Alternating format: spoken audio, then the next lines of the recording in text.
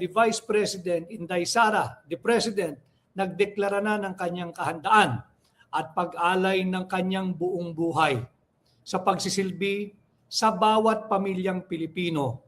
Kinakailangan po natin siyang tulungan. Protektahan natin si VP Inday Sara Duterte sapagkat bukod sa mga harassment, bukod sa mga legal na pananakot katulad ng impeachment, hinahandog niya ang kanyang pagkatao, ang kanyang buhay sa paglilingkod at sa kapakanan ng bawat pamilyang Pilipino. Malinaw po sa naging payag ni VP Inday na it took her no less than 47 years. Linaw ho ng pagkasabi niya eh.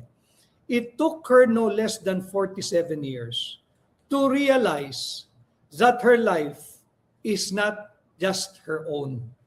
Struggle po kasi yung magdedesisyon ka kung ikay tatakbong presidente o vice-presidente. Mahirap po yun eh.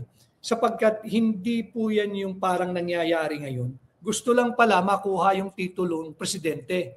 Pero ayaw mag-astang presidente. Hindi po yung astang presidente yung presidentiable. Kundi ayaw maging ama ng Republika ng Pilipinas. At ngayon po talagang may sakit ang ating bansa. Balik na naman po tayo sa pagiging sick man of Asia. Bagsak ang foreign direct investment, bagsak ang turismo, bagsak ang ekonomiya. Bagsak ang halaga ng piso, nakaka-recover lately pero bagsak pa rin, mababa pa rin. At sinisira po ang lahat ng institusyon.